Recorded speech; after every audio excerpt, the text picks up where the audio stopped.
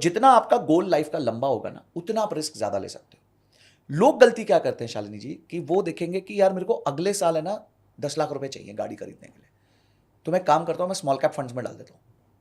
अब जिसने ये सोच सितंबर 2024 में रखी कि यार मैं काम करता हूं, सितंबर 2024 आ गया और मुझे सितंबर 2025 में गाड़ी खरीदनी है, तो मैं काम करता हूं, मैं ना पैसे उठा के स्मॉल कैप फंड में डाल देता हूं। गाड़ी छोड़ो, वो गाड़ी का टायर नहीं खरीद पाएगा अगले साल। क्यों? क्योंकि स्मॉल कैप गिर गया 20%। तो आपका गोल 1 साल का था, तो आपने इतने हाई रिस्क इंस्ट्रूमेंट में क्यों डाला पैसा? आपका गोल अगर 20 साल का होता, 25 साल का होता, 15 साल का होता, 10 साल का होता, तो मेरे को समझ आता, चलो आपने स्मॉल कैप में डाल दिया, क्योंकि स्मॉल कैप तो वॉलेटाइल होते हैं, वो तो कुछ भी हो सकता है उनके साथ। अभी तेजी से बढ़े थे, अभी गिर गए। हाँ.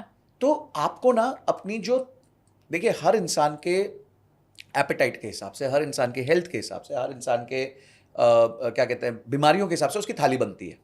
आप किसी की थाली देखेंगे तो आप जनरली बता सकते हैं यार इसकी हेल्थ कैसी है। मतलब कोई भटूरे छोले खा रहा है तो समझ आती है यार, तो खा लेगा, निकाल लेगा, पचा लेगा। पर कोई बंदा होता है जिसकी थाली बड़ी नियमित होती है। तो आपको अपनी थाली डिजाइन करनी है। इन्वेस्टमेंट इज ऑल्सो अ थाली।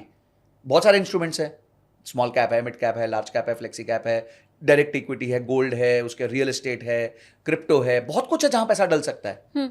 एफडी भी है, बॉन्ड फंड्स भी हैं, बहुत कुछ है, बहुत इंस्ट्रूमेंट्स है। बट आपको डिजाइन करना है ना अपनी थाली को भाई, कि आपका गोल क्या है। 3 साल में आ रहा है, 5 साल में आ रहा है, 10 साल में आ रहा है, 20 साल में आ रहा है। गोल जितना छोटा होगा, जितनी अवधि कम होगी गोल की, उतना ही आप कम पैसा जो है इक्विटी में डालेंगे। लोग उल्टा करने लग जाते हैं, जितनी अवधि कम होती है उनको लगता है जल्दी जल्दी पैसा बन जाए, तो वो इक्विटी में पैसा डालते हैं। और उनको लगता है जो टाइम 2020 से लेकर 2025 तक था, या 24 के मिड सितंबर तक था, वही टाइम जिंदगी भर चलेगा। ऐसा तो होना नहीं। अब यही फर्क आता है, क्योंकि हमने 2008 से मार्केट्स देखी हुई है। जब मैंने इन्वेस्टमेंट स्टार्ट की Shalini ji, it was January of 2008, SIP, और वहां से 63% मार्केट गिरी थी। पर हम तो भूल गए पैसा डाल के, हमें तो चाहिए ही नहीं था पैसा, तो हम डालते गए डालते गए डालते गए डालते गए, उसका रिजल्ट आ गया हमें। सो इन्वेस्टमेंट्स में ना, अभी जैसे कल जब हम आज ये रिकॉर्ड कर रहे हैं, तो कल है ना इनकी एजीएम हुई है वॉरेन बफेट की। वो 94 ईयर्स के हैं, और वो इस साल के एंड में रिजाइन करके अपना दारोमदार ग्रेग एबल को दे रहे हैं। और उनसे अभी किसी ने पूछा कि अभी आप क्या अपने स्टॉक्स का क्या करोगे, जो आपके वो स्टॉक्स है। बोलता है मैं एक भी स्टॉक नहीं बेचूंगा। ये 94 साल का आदमी बोल रहा है मैं एक भी स्टॉक नहीं बेचूंगा। यहाँ 24 साल के बच्चे, 18 साल के बच्चे रोज स्टॉक खरीद बेच कर रहे हैं। तुम पैसा नहीं बना पाओगे, लिख के ले लो। Wealth is always created over time. उनको 11 साल से 94 साल, 83 ईयर्स ऑफ कंसिस्टेंट रिटर्न्स लग गए कि वो आज जहां पहुंचे पर पहुंच गए। आपको चाहिए वो 83 का काम 8 साल में हो जाएगा, वो नहीं होने वाला। वैसे तो आजकल वालों को 8 महीने में चाहिए, बट ठीक है, लोग तो 8 साल भी वेट करने को तैयार नहीं, क्योंकि हमारी एवरेज एसआईपी 1.5 साल की है। आपको पता है हमारे यहाँ आज 1.5 साल में व्यक्ति एवरेज में एसआईपी निकाल लेता है। पिछले 3 महीने से एसआईपी क्लोजर रेशियो 100% से ज्यादा है। यानी कि नए लोग जो एसआईपी कर रहे हैं, उससे ज्यादा लोग एसआईपी बंद कर रहे हैं। ये मार्केट जो क्रैश हुआ, और क्योंकि मार्केट नीचे गया। और अरे क्या मंद बुद्धि डिसीजन है ये, कि आप कभी भी महंगा खरीद के सस्ता बेचोगे तो पैसा कैसे कमाओगे भाई? आपको सस्ता खरीद के महंगा बेचना है, और जब सस्ता खरीदने का टाइम आता है तो आप मार्केट से बाय बाय करके चले जाते हो कि नहीं यार मुझे तो मार्केट नहीं चाहिए, मार्केट गिर गई, मार्केट गिर गई, मार्केट गिर गई, और गिरेगी और गिरेगी। ले लो, मार्केट 7 अप्रैल को 21,800 आई। मैंने कुछ फ्रेंड्स को बोला यार ले लो, बहुत अच्छा टाइम है, कि मुझे लगता है कि इससे ज्यादा 5% से ज्यादा बचा नहीं है गिरने का। नहीं क्या बात कर रहा है, इस एनालिस्ट ने बोला 18, ये शंकर शर्मा जी ने बोला, मैंने तो अपनी बहन को बोल दिया कि प्लॉट ले लो, एफडी कर लो, ये सब कर लो, तो वो पागल है क्या? मैं तुम्हारी मर्जी, तुम्हें जो हाँ। आज मार्केट 24,500 है। कितने दिन में? 20 दिन में, 25 दिन में। मार्केट्स हमारे हिसाब से नहीं चलती हैं, मार्केट्स अपने हिसाब से चलती हैं। आपको मार्केट के हिसाब से चलना है। मार्केट्स नीचे है, ज्यादा खरीद लो, जितना खरीद सकते हो उतना खरीद लो। तो आपको जब भी प्लानिंग करनी है, किसी के पास कोई प्लान नहीं है शालिनी जी, मैं एक व्यक्ति से पूछता हूं, कमेंट करके बता दो कि आप इन्वेस्ट क्यों कर रहे हो, पहले ये तो बताओ। हाँ, आप प्लीज बताओ भाई, तो हमें पता चलेगा। हाँ, पता तो चले आपका क्या गोल है। हाँ। कि 3 साल बाद मुझे गाड़ी खरीदनी है, 5 साल बाद शादी करनी है, 10 साल बाद घर खरीदना है, 25 साल बाद रिटायरमेंट चाहिए, 20वें साल मुझे बच्चों के लिए पढ़ाई के लिए कुछ। आज जब मेरे पास लोग आते हैं अपनी प्लानिंग कराने, तो मैं उनसे पूछता हूं कि भाई 5 साल बाद क्या चाहिए आपको, अब पहला गोल क्या है, बच्चों के लिए क्या किया है, शादी के लिए क्या किया है, अच्छा नहीं शादी के लिए पहले से ये था, ओके ठीक है, ये कैसे होगा, आपकी रिटायरमेंट कैसे होगी, कितना उस टाइम पैसा चाहिए होगा। आज आपको घर चलाने के लिए 50,000 रुपये महीना चलता है, 20 साल बाद कितना चाहिए होगा इन्फ्लेशन के हिसाब से। उस टाइम आपके पास कितना होगा तो आपको इनफ फील होगा कि ठीक है यार इतना है तो अपन सेट है लाइफ में, ये सारी चीज़ें सोचनी पड़ती हैं, उसके बाद डिसीजन बनता है। एक मुझे इसमें एक चीज़ की कमी ये लगती है, लास्ट टाइम भी हमने जो पॉडकास्ट किया था तो मैंने आपसे सवाल यही पूछे थे कि 20-25 हज़ार कमाने वाला कैसे करोड़पति बने।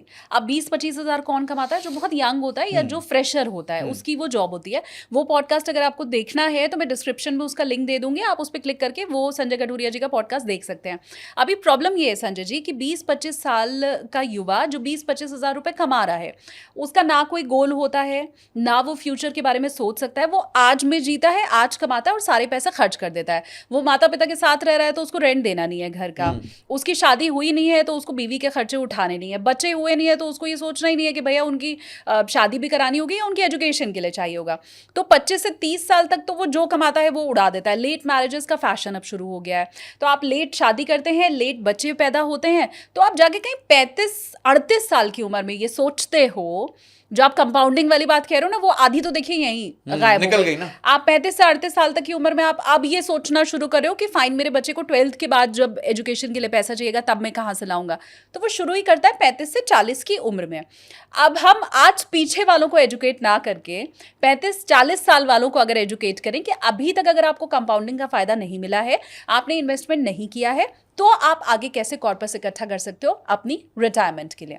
ठीक है, परफेक्ट है। तो 35 से 40 की उम्र में हमें एक सैलरी अज्यूम करनी पड़ेगी कि कुछ हम सैलरी अज्यूम करते हैं। लेट्स से हम 1 lakh rupees per month assume कर लेते हैं कि बंदे ने ऑलरेडी 10-12 साल काम किया, तो यहाँ तक तो आदमी को पहुंचना ही चाहिए। हाँ।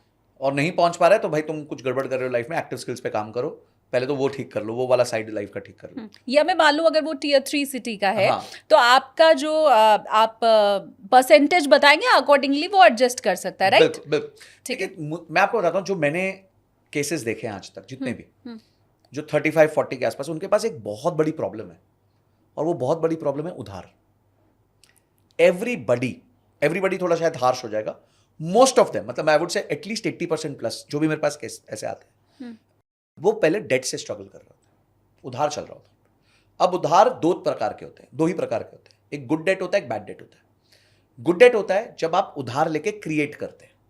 फॉर एग्जाम्पल, आपने घर खरीद लिया, शॉप खरीद ली, एटलीस्ट आपने कोई फिजिकल एसेट खरीदा है जिसमें या तो कैश फ्लो के चांसेस है, या ग्रोथ के चांसेस है, या दोनों के चांसेस है। कि भाई समझिए आपने अपने लिए घर ले लिया, तो आपने अपने लिए घर लिया है तो आपका एक तो रेंट बच गया, कुछ ईएमआई आप दे रहे हैं, और उससे घर की वैल्यू में कुछ कुछ वृद्धि हो रही है साल में, समझो 10 साल में दुगना हो गया घर। तो ये तो चलो फिर भी मैं कहूंगा कि एक लॉजिकल बात है कि आपने कुछ लिया, होम लोन लिया ताकि आप एक घर ले सके और उसने कुछ क्रिएट किया। दूसरा जो लोन है वो है बैड डेट। आपने आईफोन ले लिया, कोई एक्सपीरियंस कर लिया, कहीं छुट्टी मनाने चले गए, उस सब से मेरे को प्रॉब्लम नहीं है, करिए, कोई चक्कर नहीं। आपने गाड़ी ले ली, आपने बाइक ले ली, आपने जो भी ले ली, पर वो ना शालिनी जी, मैं देख रहा हूं कि लोगों का ना प्रपोर्शन ही नहीं बचा। मतलब भाई आपको पता होता है ना पोर्शन साइजिंग, मैं 1 रोटी खा सकता हूँ, 2 रोटी खा सकता हूँ, इतना चावल, कटोरी भर चावल खा सकता हूँ। तो ये पोर्शन साइजिंग लोग भूल चुके हैं फाइनेंस में। तो फाइनेंस का रूल बड़ा सिंपल होता है, आपकी आमदनी जो आप लेके जा रहे हो उसमें से 15% की ही ईएमआई होनी चाहिए जो ये आपके बैड डेट में जाए, जो खर्चों में जाए। जैसे कि आपने समझो गाड़ी ले ली, आपने बाइक ले ली, आप घूमने चले गए, उसके लिए पर्सनल लोन ले लो, शादी के लिए पर्सनल लोन ले लिया, वो अभी तक चल रहा है, बहुत टाइम हो गया। तो ये जो प्रॉब्लम मैं सबसे पहले देखता हूँ लोग फेस कर रहे हैं, और लोगों को ये समझ नहीं आता कि कंपाउंडिंग ना 2 तरीके से काम करती है। एक आपके लिए काम करती है और एक आपके विरुद्ध काम करती है। ठीक है, तो जब आपके वो विरुद्ध काम करने लगती है ना, तब आपको पता नहीं होता, वो आपको साफ कर देती है।